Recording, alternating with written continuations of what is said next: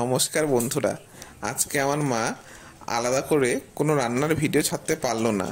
তার কারণ আজকে আমরা সবাই মিলে ভেলুরে যাব চিকিৎসার উদ্দেশ্যে। তাই মা খুব ব্যস্ত আছে ওদিকে রান্নাবান্না করতেই।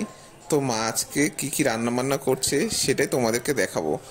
কারণ ট্রেনে যেতে তো খুবই ভালো লাগে, চারিদিকের বিভিন্ন দৃশ্য দেখা যায়, খুব ভালো লাগে। কিন্তু ট্রেনে যাওয়ার একটাই সমস্যা, সেটা হলো ট্রেনে যত টাকায় খরচ করা যাক না কেন মনের মতো খাবার পাওয়া যায় না।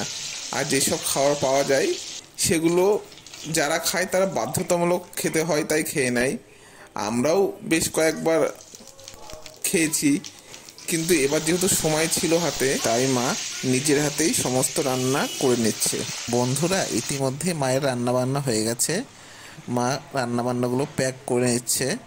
তো মা বেশ কয়েক রকম পদই রান্না করেছে: রুটি, ভাত, সবজি, বেগুন ভাজা।